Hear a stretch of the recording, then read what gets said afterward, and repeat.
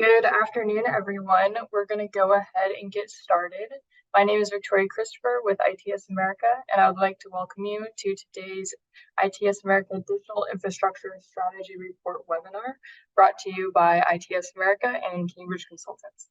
Before I hand things over, I just wanted to go over some quick logistical items.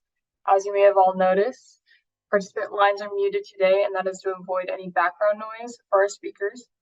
And we have also turned on closed caption feature, which you can enable on the end in your taskbar. Lastly, today's webinar is being recorded, and a copy of the recording will be posted to the ITS America website. So with that, I will turn things over to Tim Drake, the Senior Vice President of Public Policy and Government Affairs from ITS America. Good afternoon and good morning to those of you on the West Coast.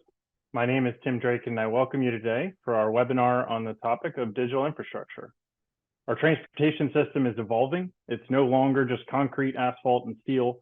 And today, our transportation system includes sensors, software, data, and algorithms. In reality, technology and data already impacts much of the way we travel, but we have only begun to tap the potential of this digital infrastructure system.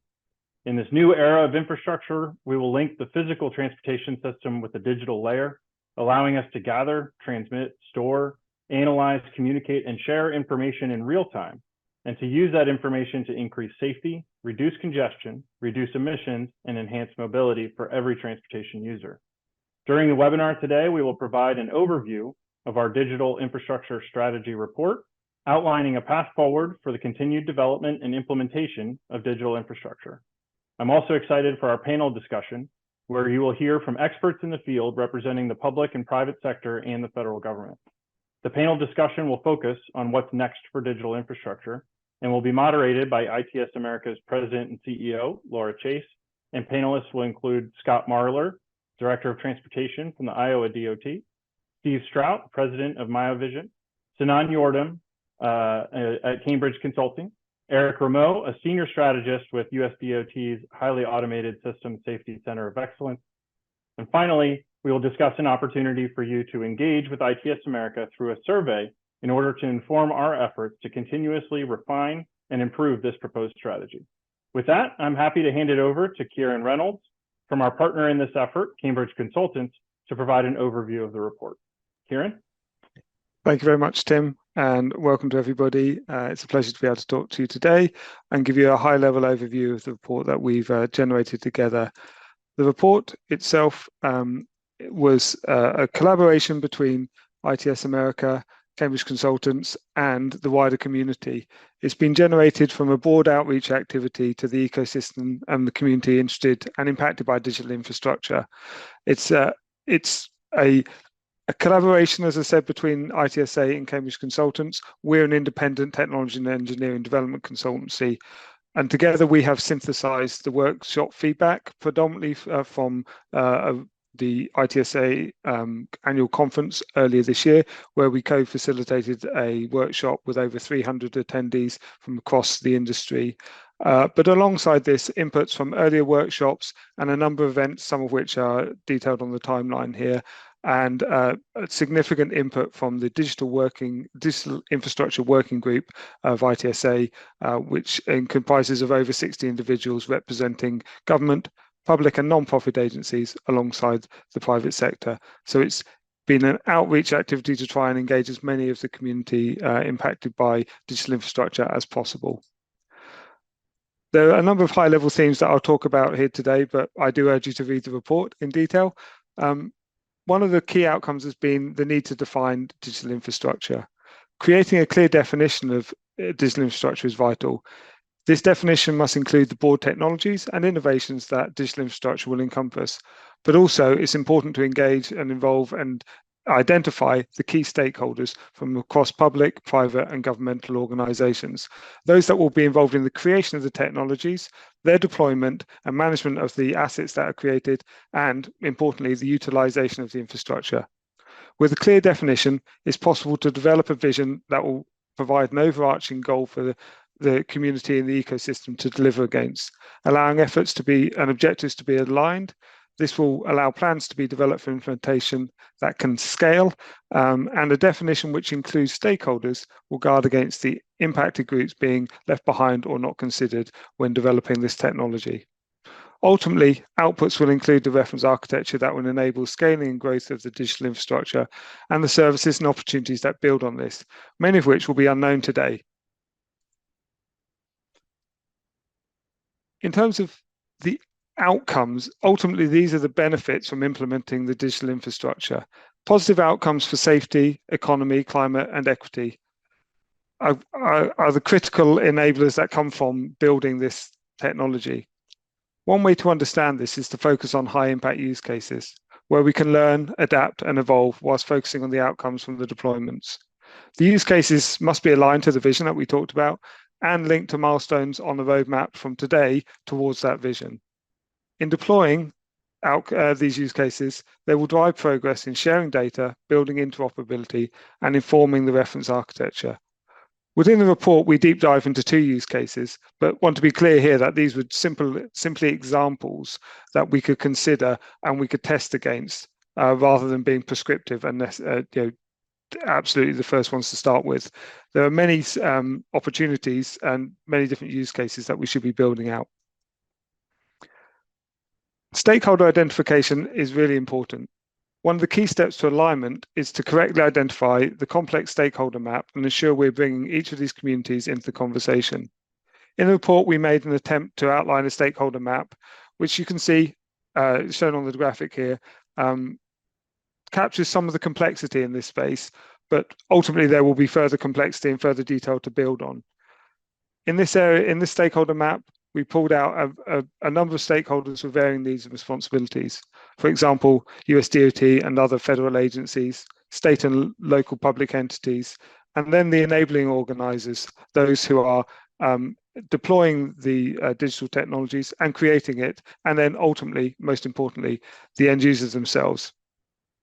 The key point here is that each of these stakeholders has a part to play in the development and implementation of digital infrastructure.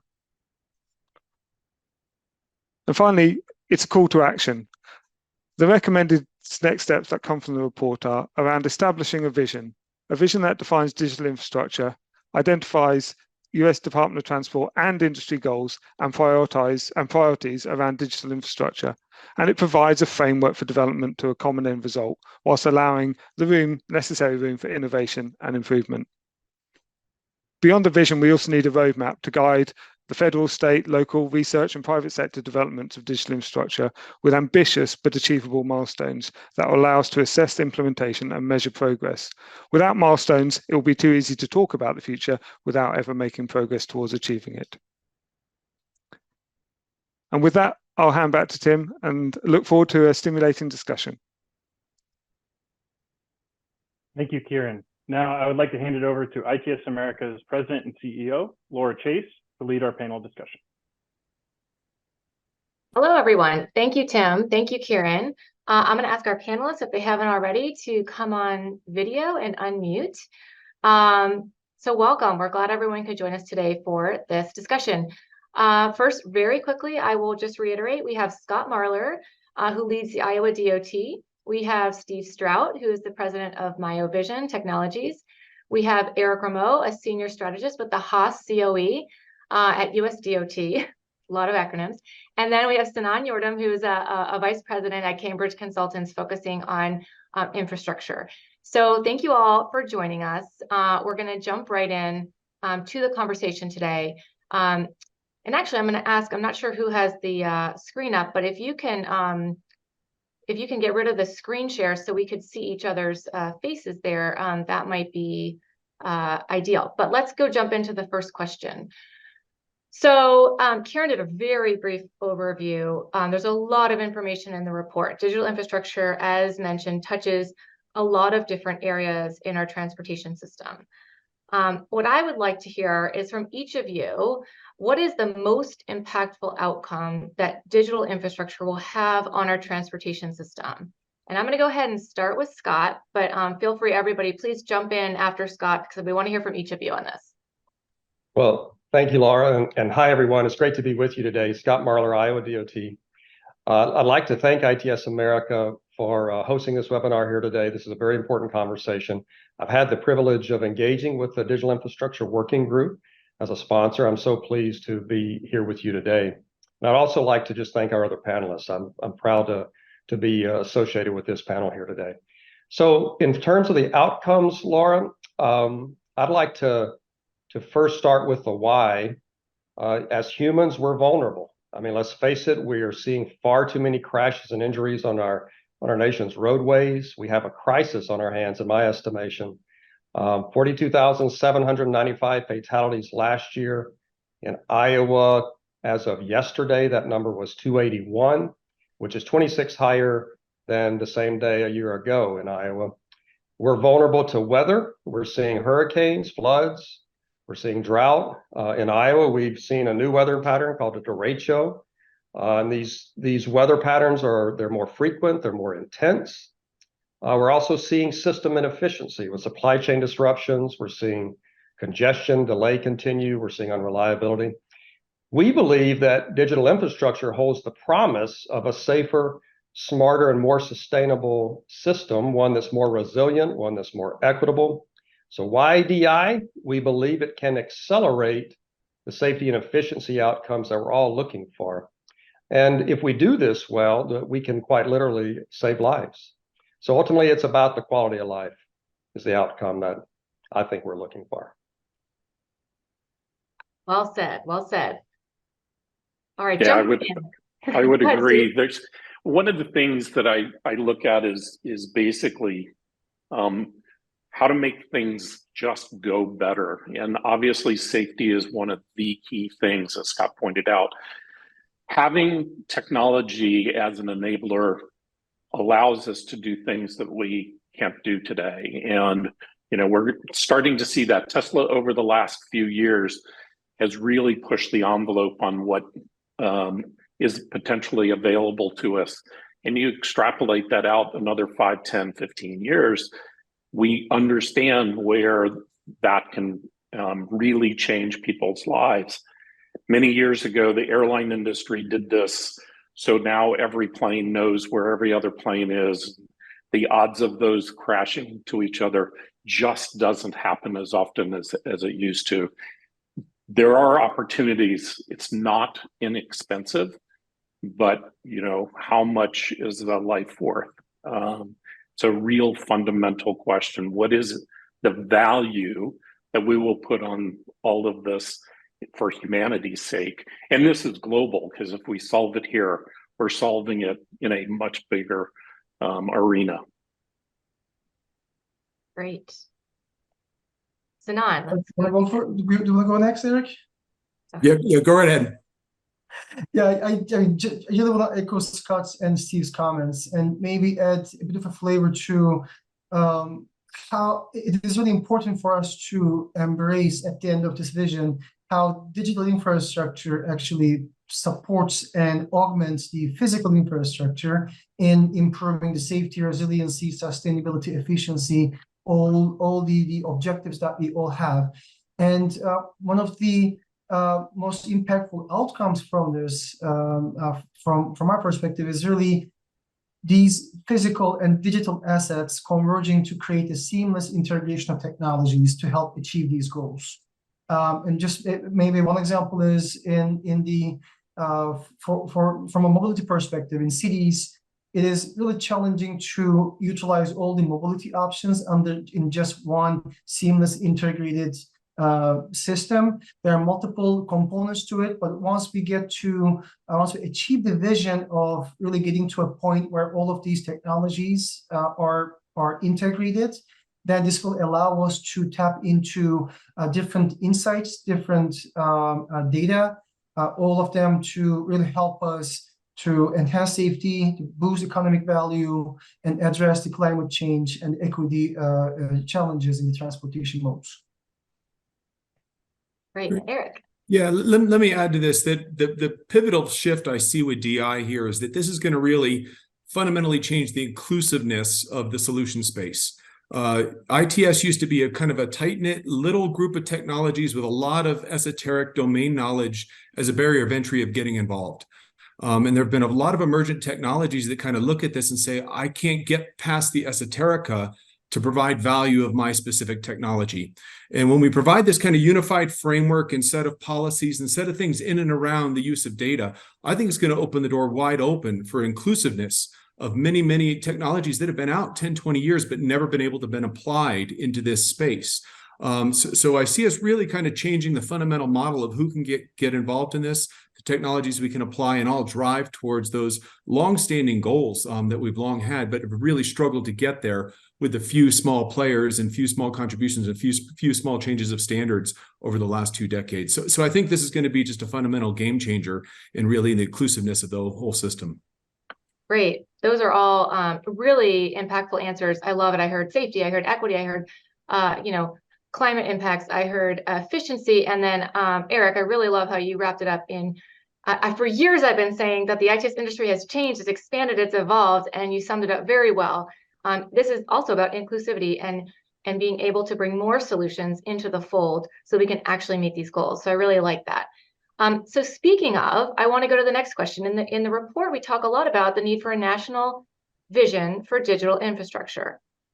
I can tell you my reasoning for why we need a national vision, which really boils down to the question, what members ask me all the time on these new technologies is, okay, so what am I investing towards, right? And to me, that is really why a national vision is so important. But I want to hear from all of you, both how can the federal government support the development of digital infrastructure in your view? And then what should a national vision include from your view? And Eric, I know I'll go to you last since you are our federal partner here. But those are really the two questions, right? Is how can the feds support it? And what should a national vision include from your perspective? So who wants to jump in first? Or I'll call him. Okay. I'm usually not shy. For me, what I'm really looking for is a definition of what does good look like? What is it we're actually trying to derive to? And what are the guardrails associated with that? By that, I mean, what are the things that we as a collective, we need to work within, whether it's funding, whether it's in the environment, we've got policies that need to be put into place. We have data protection, data usage, privacy, cybersecurity, standards for communicating to each other, sharing of things. And I look at, historically over the past few years, we've been using the smartphone of the intersection as the analogy. And right now, in Android's case, there's 3.5 million apps on a available to an Android device. And if you think about taking that to in a infrastructure, and I won't say just transportation infrastructure, because I think there's a potential for this to morph into something even much bigger. But if you start thinking that the ability to have data in interoperable data from all kinds of different sensors, systems, reports and derivatives associated with that, things can get very, very interesting. And if you look at what, as an example, what Matter has done. So Matter is a standard that was put together by the Connectivity Standards Alliance that allows Google and Alexa and Samsung and GE and all of these different pieces of hardware to interoperate and know exactly what the other one is doing and thinking and communicate to each other so that you use these across the board and not have to worry about, gee, I bought this person's this and it doesn't interoperate with this person's that. Pulling all of these things together, what I'm looking for is what that big picture would look like and give us some guidance on all of these standards and bring everybody together from a stakeholder perspective so that we can come and have these conversations and drive things forward without a lot of problems. I might jump onto that, Steve, and I love your vision of what is, and the question you asked us, what does good look like, what does success look like? early in the webinar today, Tim Drake mentioned we're on this evolutionary path. I would ask, are we evolutionary or are we revolutionary? In my view, there's an urgency that's needed with a national vision that I think a national vision can coalesce all of us around, because it's ultimately about knowledge, insights, intelligence. We're seeing the emergence of more and more artificial intelligence. How can we effectively leverage these things without a national digital infrastructure layer? We must envision it. And I believe the federal government is a very key part of that, not only in aligning industry and agency relationships on the public and private side, but also the policy and funding mechanisms. That's the key for how we deploy a lot of these advanced technologies. Back in the mid-1950s, in 1953, 54, 55, right before they passed the Federal Highway Act of 1956, Congress was talking about, let's just beef up the pots of money that we have for transportation. Let's just put a little bit more in there and we'll be fine. And it was President Eisenhower saying, no, we've got to do something dramatically different. And that ultimately led to our interstate highway system. That's when it got funded, was in 1956. And when it got funded, guess what happened? It blew up. Everything began happening across our nation and building out that interstate highway system. That's the urgency that a vision can coalesce. And I think that's what we need to be looking toward. And that's the scale of which we have to address this at. This isn't something that adding another few dollars here or there is going to help. And if I might just actually jump onto that one as well, just to build on the vision piece. I think from a vision perspective, definitely we need to have that very clear, outcome-driven, realistic and measurable steps of how we can get to that vision. And another piece that Eric mentioned, which is about inclusiveness, that's really important to bring in different stakeholders' voices, their needs, opportunities, and how they would envision to participate in the development and implementation of this strategy is also important to create this common vision. And the third piece that I think it's important to see is how we will architect, how architecting how the industry will set this vision in motion with a clear framework and a roadmap that will help continue the engagement and really build on this energy that the industry already has and create the momentum to achieve the vision. So those critical layers and steps to bring us to the next stages need to be clearly articulated to be able to see what is really there at the end of that vision and how we can get there. Great. Let me add to the perspectives already presented and kind of frame that DI presents a unique challenge beyond anything we've seen in ITS because it really does require things to be done at a national scale, but faster than the standardization and other collaborative efforts that we've had. So we have a very high degree and need to collaborate, but we have to do so very quickly and in a fashion that we've never done before, especially amongst the roles between the federal and the state governments. So when you look at like vehicle OEMs, they need things at a national scale. And they certainly don't want to wait, 5-10 years for the slow rollout of additional data standards. So we need a much more agile, frequent way to do this. The national vision really, I think, needs to begin with kind of delineating the roles and responsibilities. There's clearly a role that the federal government needs to play. There's absolutely a role that the state governments and all of the IOOs need to play. And there's a role as well that needs to be played out within the private sector, within TRB, within ITE. It's really an all play among the various folks that are out there and folks that are interested in that. But we can't have all the cooks in the same kitchen. We've got to kind of delineate and orchestrate, okay, what are the key things the federal government needs to identify and do? What are those policy changes? What are the other shifts towards, maybe referential architectures and some other things that we think can be done at a national scale? Where are the needs for standards and to identify those components?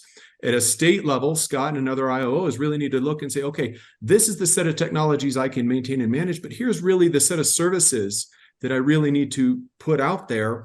And then how do we really shift from kind of asset device procurement standards to really a services-oriented architecture, and do so that the IOOs still have control over the system and still have the ability to maintain and operate these systems. So each of the roles and responsibilities among the various stakeholders really need to be fleshed out and articulated, and then we need to make sure that they all integrate together, and that everybody has their things that they're preparing for this final course or this final meal, but that it all works together, and that we do these test pilots and we do these other things to validate each of the steps along the way. So we can't just all separate to our respective corners. We have to continue the collaboration, but we also need to be a little bit more deliberate and clear about who's really doing what among the many, many things that we've identified that need to be done within this space. Yeah, there's more than enough work to go around, right? We'll say that. And it needs to be a framework, because it's going to change. It's going to morph. We're going to learn more as time goes on. New technologies are going to continue. I mean, 18 months ago, would anybody would have said anything about ChatGPT? No. And it's really changed the environment, and we're going to need to make sure that we've got a framework that everybody can plug into and contribute to and be able to take away from. Steve, I think that's an excellent point. And on top of what Eric mentioned in terms of agility, being adaptive to all of these changes, because the technology, we do have the technologies right now to implement most of the things that we would like to achieve as an outcome. However, the technology is really moving at the speed that we have never seen before. So we have to be able to adapt to it. We have to be able to open to changing things in a much more agile way. So maybe test things in a much more faster way. So that's a really important point. Yeah. Before we go to a next question on funding, which is a very important question, I do want to turn to Scott for a question on, we talked about, how can the Fed support us, right? But how can IOOs, right, state, county, local, city, transportation departments, how can they support the implementation of digital infrastructure? Yeah, this is a great question, Laura, because we just heard Eric talk about the shifts that are needed and the clarity we need around our different roles and responsibilities. And our cities, our counties, our local communities are going to have very important roles. We talk about the transportation system is a collection of network and nodes. At the state DOT level, we often talk about we're the network, we're the connection point between the nodes, and the cities themselves are considered often the nodes. And it takes all of us to make this transportation system work. And we believe that a lot of the digital infrastructure deployment will end up being a bottom-up coordinated approach. Yes, we need some enabling policy, we need some enabling funding, and from every level of IOO, whether you're a city, you're a county, you're a state, we're going to be working together to build out that system. We also, in Iowa, we have a saying, things don't just happen, it takes leadership. And this is so important for advancing digital infrastructure at all of our levels. We do think that there are emerging opportunities like transcontinental corridors or interstates, in other words. Why? Because the states own the interstates. And so there's an opportunity to deploy. But as Eric said earlier, it doesn't just mean putting a whole bunch more equipment on along all of our interstates. That's not what we're talking about. It's the right characterization to say, what are the services that we're trying to enable for our customers, and how can the IOOs, whether you're at a state, city, or county level, how can you best deliver those services to your customers? Well said, well said. Let's move on to a question or two about funding and regulatory perspective. So from a funding or regulatory perspective, what does the industry need to be able to confidently invest in digital infrastructure? And when I say the term industry, I mean all of us, public sector, private sector, all of us. So I'm going to either Scott or Steve, one of you want to start, and then we can hit everybody on this one. Go ahead, Steve. Sure. Well, I think there's a lot of different opportunities for the funding mechanisms. So obviously today there is a bit of trickle down. So federal government does a lot of grants, states and local municipalities, agencies also fund themselves as well.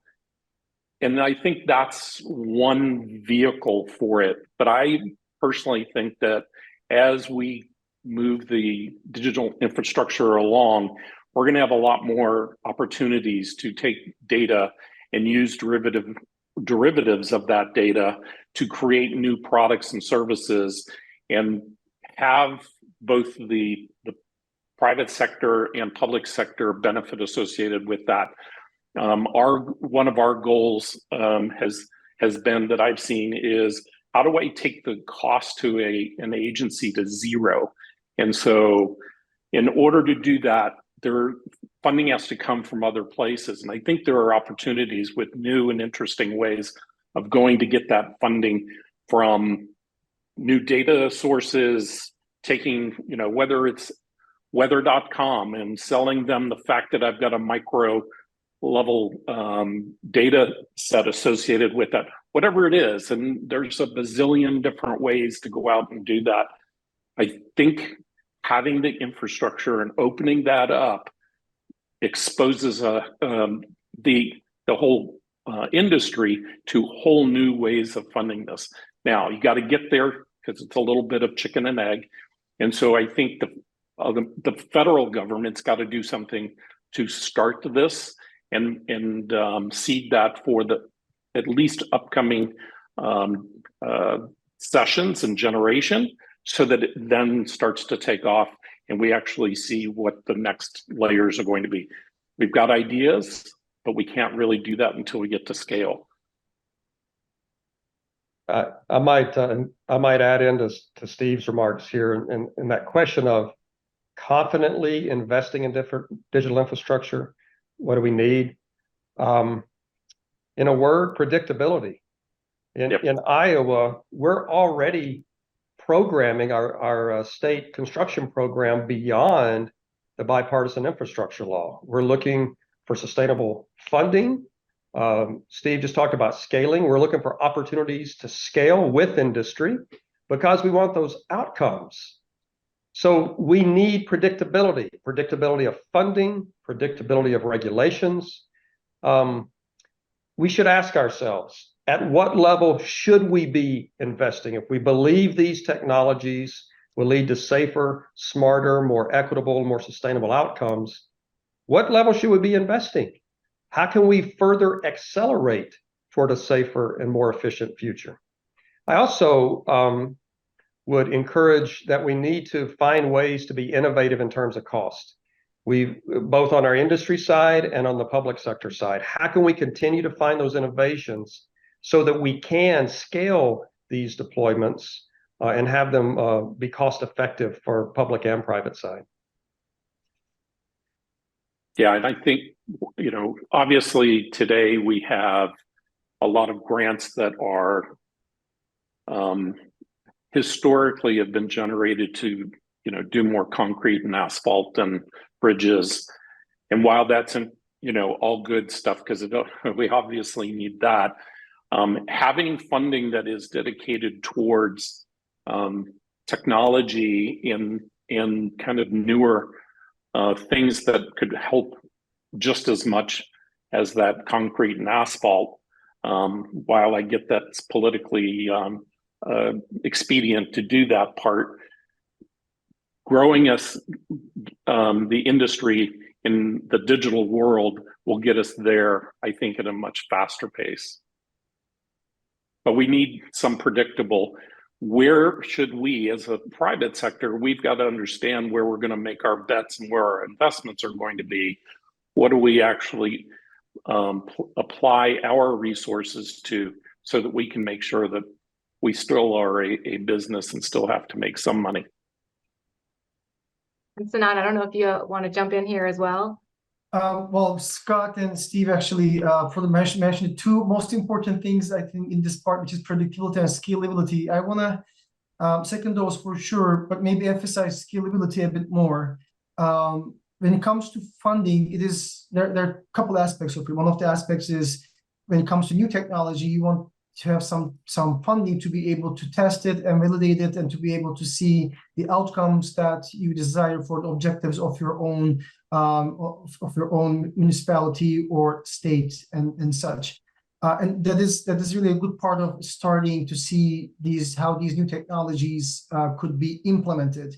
But at the same time, scaling is really important. That I think the private sector would like to really see how those tests or how those smaller projects could be scaled beyond the location and more nationally. Actually, Steve made a good point early on, globally, because this will be a really great position for this nation to be able to create these technologies, test them, scale them, and then to be able to globally implement them as well. So scaling is really important to be able to get the funding to get to that scale, and to be open to actually at scale to integrate different technologies is also an important part of this of the fundings as well. Yep. Thank you. So I do want to ask this question. Scalability, I think, is incredibly important for our industry, as we've seen with many different technologies over the years. That is, I'll describe it as something that eludes us sometimes, is the ability to scale. And so we want to make sure on digital infrastructure that we have the predictable funding, but we also have that ability to scale. So from your perspectives, and Eric, feel free to chime in here, but you don't have to,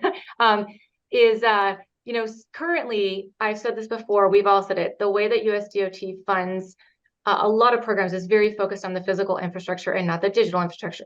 So any recommendations of what USDOT could do or should do to adapt funding mechanisms to digital infrastructure programs? Certainly. And if you look at the current way that we do kind of asset procurement and upfront projects where we spend certain money to deploy a project, we do a ribbon cutting and everybody declares success and moves forward. That's foundationally different than really standing up services. And if we're really trying to move to a world of trustable data interfaces, it's not a one-time qualification and deployment. It's really an ongoing, validation that these services are living up to performance specifications in 24/7, 365 for many, many years. So we've got a huge body of work in the national ITS architecture around device interoperability standards and other, there's specifications and standards all across this industry that are really set up for upfront type qualification or APLs done at, oftentimes a state level to validate components. All of that world and all of that body of work really needs to shift instead towards kind of performance specifications. Rather than being prescriptive about what the box itself is shaped and what it does. What is the box's role in the broader ecosystem? What are the dependencies of data interfaces that it needs to live up to and perform to for the broader ecosystem to trust it? So there's a large body of work to be done to really look at the pieces and parts and components that we've been procuring and deploying for decades and say, what's the counterpart for that in a services-oriented architecture? And so how can IOOs then safely put out a specification or a program, look for vendors that can provide and live up to those performance specifications, and then they can start to architect their systems with trust that each of those building blocks is stable, is secure, and that they have the contractual mechanisms to make sure that the state of repair, continues to operate where it is. So we're kind of going to see a fundamental paradigm shift, and ideally in how projects will flow. But I think it has to start down at the detailed esoteric level of taking things that used to be a black box and really recharacterizing that away from some of the hardware and some of the other specifications to more towards, how will this operate within a system? What are those performance specs? Laura, if I could add some comment and add on to what Eric was just mentioning there. I love to opine on how USDOT should adapt funding. So for most DOTs, we're in a little bit of an identity crisis where we're in that mega shift from being primarily builders of infrastructure to operators of transportation networks. And when you operate a network, it's really a different model than what we've had in the past. It's still very, very important. If you ask any DOT across the country, they will tell you there is not enough funding for all the physical infrastructures that needs that we have on the system today. And the answer is we're never going to have enough funding. It really comes down to leadership and priorities. That's what leadership is about, is standing in that gap to say, here's the way things kind of will be if we trickle along, but here's a different reality, the way things can be. if we aspire to a different reality. And that's why priorities are so important. This is what leaders do. In terms of the specific funding programs, we've seen it play out in different national priorities where dedicated funding becomes a very important key. States prefer formula funding for transportation. Why? Because states can put that money to use very quickly and very effectively. And formula money also scales across the entire country. And a recent example of that is the formula part of the NEVI program. NEVI is the National Electric Vehicle Infrastructure Program. There's both a formula side to that program and a discretionary side. The formula side is what I'm talking about, and that has allowed for effective scaling of electric vehicle infrastructure. Every 50 miles along alternative fuel corridors, we're going for deployment. So if we want to scale DI, we believe that dedicated funding programs, especially new formula programs, are going to be effective. And then it's all back to priorities and leadership. Start, stop, continue is a very classic way that we evaluate what we're doing at the Iowa DOT. What do we need to start doing that we're not doing? What do we need to stop doing that we are doing? Or what do we need to continue? This is how we make room in existing budgets. Many of us across the country are looking at our dynamic message signs, wondering when will there be enough market penetration of messages inside vehicles that we can begin to decommission a lot of our DMS signs, which is still a primary communication tool with travelers. So this start, stop, continue, again, it comes back to leadership, and it sounds simple enough to say, but it's hard to do. And I think that's how we set those priorities of what we need to fund on the IOO side.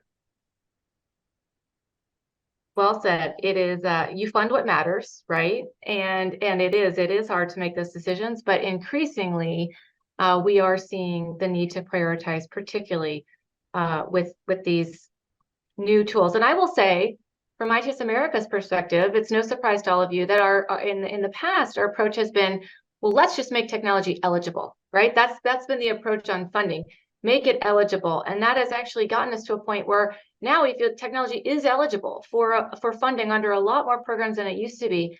But to your point, Scott, we really need some dedicated funding that is directed towards scalable and predictable investments in digital infrastructure if we actually want to have a national program that can scale across the country. So I think that those are all very good points. Any other points to add on the funding side before we kind of jump to talk about partnerships? Laura, I just want to. Oh, go ahead, Steve. No, go. All right. Just want to add on to the prioritization piece. So as we actually implement more of these digital technologies, where there will be an influx of high quality data, insights, and with the data and insights, this will allow us actually to help prioritize which of the digital or physical assets or the infrastructure that needs to be funded. And a great example for that one is the asset management systems that allow to prioritize what type of assets needs to be implemented.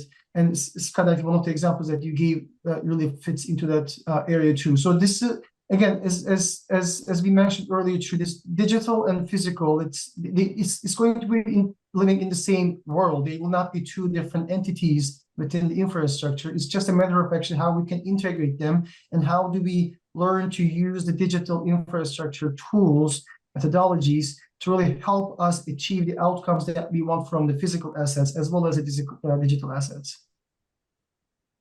And Steve, I know yeah. And I was just going to say, talking about being able to get to scale and using, we talked about use cases earlier, and maybe it's something that is a national imperative of, we saw during the pandemic the issues with supply chain, and maybe supply chain across the country becomes the primary use case, and you start saying, listen, we're going to go build this digital infrastructure so to leverage all of these interstates, so to ensure our supply chain mechanism stays completely integrated, because it is multimodal. You've got trucks that have to work with trains, which have to work with ships, you start to actually look at the entire transportation system, and it's at scale, and you can potentially fund this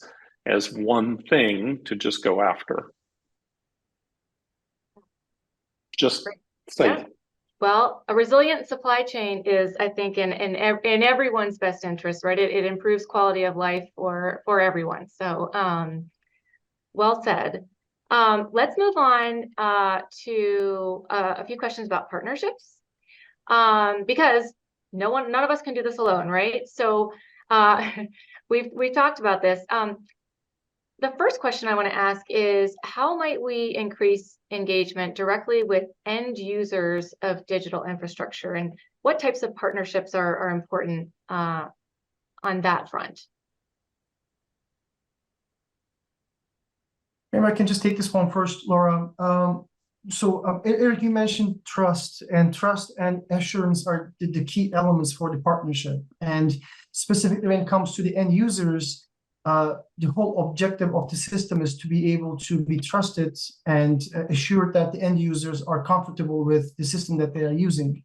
So, with the digital infrastructure tools, it will really allow us to make these data-driven decisions, as we just discussed. And we need to combine these this data, the insights, also from the real people, bringing the real insights from the people in relation to how they are using the system, how they would like to see the future of the vision of the system.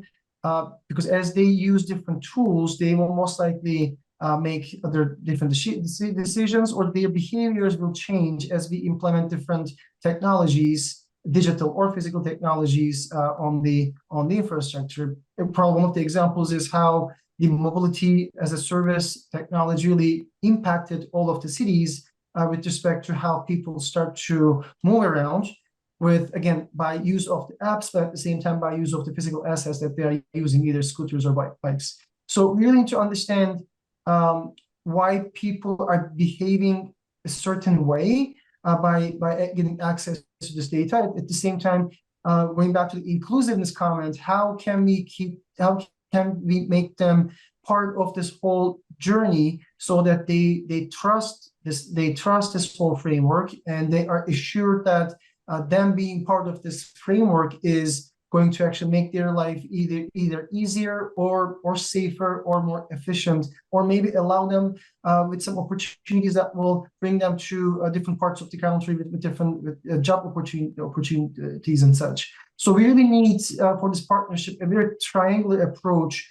where we combine this quantitative data and some qualitative insights, and really these two informing a really strong vision to work towards, and this can only be done by collaboration, inclusiveness, and of course partnership that is built from the foundation of trust and assurance.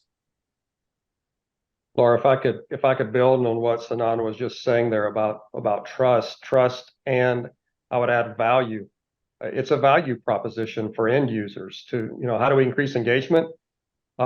We give them something that makes their lives easier, better, safer. It adds value in some way to their lives when they can get where they're going safer and more reliably, when they're not worried as much about whether their teenage children are on the road at a certain time of day. It's going to add value, and we won't necessarily see it. It'll be seamless. If you think about the earlier, Steve mentioned the iPhone example. We saw it with different types of technology where the market really drove the adoption of different types of technology. And in many ways, digital infrastructure, it's already happening. Tim Drake mentioned this in his opening remarks about all the camera sensors and signs and fiber optics and other communications networks that we have already superimposed on our physical infrastructure. Many times our users probably don't even realize how these things are already working to make their travel a little bit better. And I think that value proposition is really how we ultimately increase engagement with end users, is they want to go there. Yeah, as somebody who used to work at BlackBerry, I can honestly say, when something comes out iPhone, that causes people to go to it as opposed to being it pushed to them. Adoption and absorption into the ecosystem is just natural. And to Scott's point, you want to make sure that the solution set is just naturally what people are going to want. Obviously, I do this because I'm going to feel safer, et cetera. I mean, think back to years ago, you know, when seatbelts first came out. I'm old enough to know when those came out. To say, you know, I'm going to, you know, force you to do that. Well, it really wasn't very long before people went, yeah, actually, I feel safer. I am safer. Okay, I'll just go do it. And you didn't have to force it and push it, et cetera, on a regular basis. So we have to build an infrastructure that is inclusive of what people need and want, as well as it makes it useful and, to Scott's point, valuable, because it's easy to do. And I don't have to think about it. I don't have to go and do something specific. It's just the natural part of life. Yeah, I love that. The value proposition, the trust, making it easier for people. Let's very briefly talk. I do want to hear your thoughts on public-private partnerships. So how can we leverage public-private partnerships to enhance and deploy digital infrastructure? Well, from my perspective, I think it's a requirement, right? Because on the private side, we're not smart enough to know everything. And we know that we can't do it all. And it does take a village, as they say. And so having the partnerships that allow us to come in and go, here's what we're thinking, here's the outcome we're trying to drive, here are the things that we're going to do to continue to do that. It might have 3 different use cases to help drive that single outcome, and be able to partner with DOT, with a state, or with a local agency, or all of the above, to go, here's the things. And my expectation is I'm also going to partner with other private organizations, because we can't do it all. We all have to make sure that we're in this together in order to make sure that what we're driving, that outcome that we're driving, everybody benefits associated with that, inclusive specifically that end user, because again, we're wanting them to want to do this as opposed to this is just being imposed. I want to build on what Steve said. I think it's definitely the requirements. The overall digital infrastructure is so multidisciplinary. There, not only the technological elements are quite multidisciplinary in terms of the the physics or the software or the other elements of it, but the societal aspect of it, the economic aspect of it, the sustainability aspect of it. So it requires multiple expertise in different areas to be able to address this in the right way, but to meet the right outcome, so that it is going to be inclusive in the end, that will help resolve challenges for all. So it is really a requirement to bring different public-private partnerships, and that also helps to facilitate the conversation between the public and private sector, as well as you mentioned, Steve, private and private sector, to be able to learn from each other, to be able to accelerate the innovation, accelerate the deployments, and scale deployments. So it is really a requirement. I wholly agree with the other 2 comments made, but I'm going to put a little bit of a cautionary component on top of this. And I see a significant risk in this space, because we really don't have clear standards and frameworks and guidances yet applied, that this is the ripe environment for an over-privatized solution. And we saw that in the 1980s and 1990s in the ATMS world, where somebody could provide an end-to-end turnkey solution, but it really didn't have the modularity and inclusiveness to the breadth of other technology providers, and it locked IOOs into sole vendor procurements and solutions. This time around, that recipe and that environment is there to happen as well, but with far greater consequence and a far broader set of stakeholders sitting on the sidelines hoping to also participate. So we've got to quickly figure out, well, how do we stave off that risk? And how do we make sure that public good stays front and center through all of our efforts? One of the key components and tools that I think is going to be a guiding post for us in that is the notion of a reference architecture. We're not going to have clear policies and standards for every little aspect of this to create this breadth and ecosystem of biddable things with multiple vendors like we used to have. So it's going to take a leap of faith and engaging in public-private partnerships. But ideally, there's a reference architecture that we build together on, that we work together on, and we make sure that everything we do is inclusiveness. I think any one vendor that says, I'm going to squat on the space, I'm going to ingest all of the sensor data, I'm going to ingest everything, and I'm going to be the platform that then everybody can then distribute from. We all have to give up the fact that no one person can own that, or it's not going to be trustable. And it really has to be an ecosystem of solution providers providing their solutions and making room at the table for the other solution providers to provide theirs as well. So I think if we can move forward and look at reference architecture as a real guidepost, make sure public good stays front and center in everything that we do, I think we'll get there quickly. And I hope that we really don't repeat some of the mistakes that a lot of us saw early in our careers.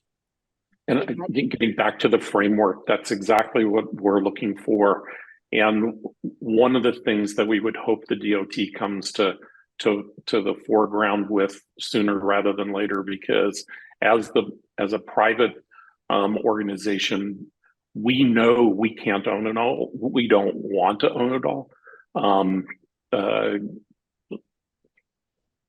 We have to work within the rest of the ecosystem, and having that framework articulated and exposed so that everybody participates is absolutely key. And that's where leveraging in our minds trade associations such as ITS America helps us, because it is a nonprofit. It can collect up information and be that intermediary between all of these different organizations, whether it's public, private, et cetera.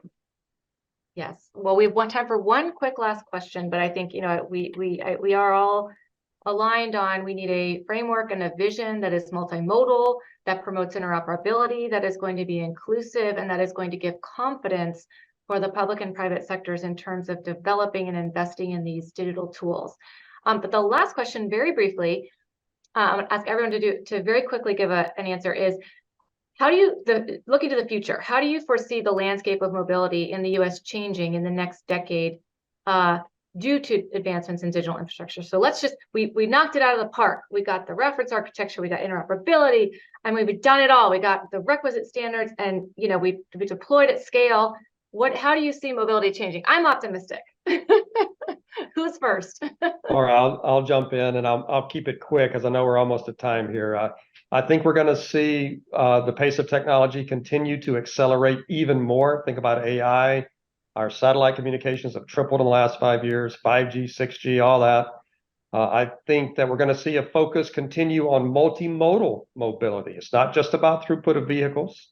I think the digital infrastructure and connectivity is going to continue to explode. People will want it everywhere, and they'll want it instantaneously, which means that public sector IOOs, like where I work, we must begin to address a future that's more connected, that's more digital, that's more sophisticated, which leads me to collaboration. We're going to have to continue to collaborate even further than we do today. And if we do this well, we're going to end up saving lives, and we're going to make people's lives better.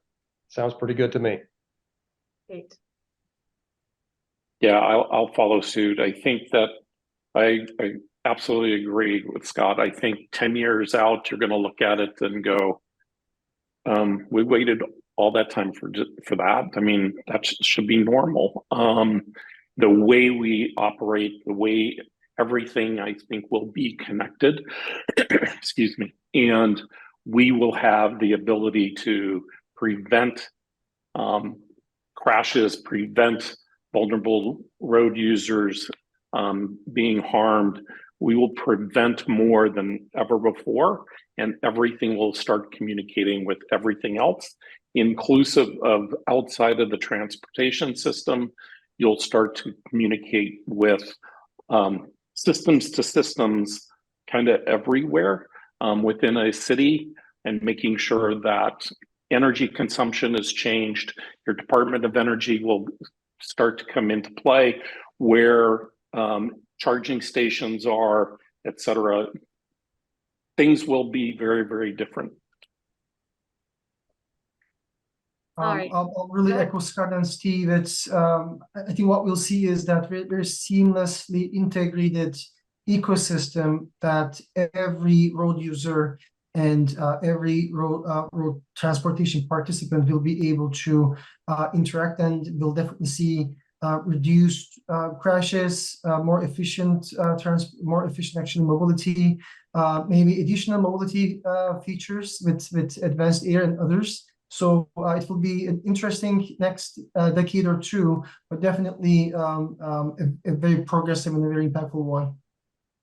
And Eric, last Yeah, one. and I know we're out of time. I'll be quick. To me, foundationally, technology should really reduce the costs, whether that be financial cost upon the environment, or cost upon human lives. And it should also increase the options among us all, so that people would have multiple options for transportation at reduced costs across all modes. So I really hope that there's a transformational shift, towards public transportation with these breadth of options and with the economics and benefits that are going to come from this technology. Great. Well, thank you all. I want to thank the panelists so much, but don't log off quite yet, because Tim is going to come on screen in just a second with a survey link. So Tim, I'm going to turn it over to you, but thank you so much to our participants for your comments. Yeah, thank you, Laura, and to all of our panelists. It was a fantastic discussion today, and I was going to go over the high points, but it's already 3:01. So I will just say I put a link in the chat, both to our digital infrastructure strategy report, but also to a survey. We're looking to improve upon our report, and we would like to hear directly from you about what you find most helpful, what should be further explored or was missing, what should be prioritized, and importantly, what are the most important things that USDOT should consider when developing a federal vision and roadmap. So thank you again for joining us for our webinar today, and we look forward to your continued engagement on digital infrastructure. Thank you, everyone. Have a wonderful rest of your day.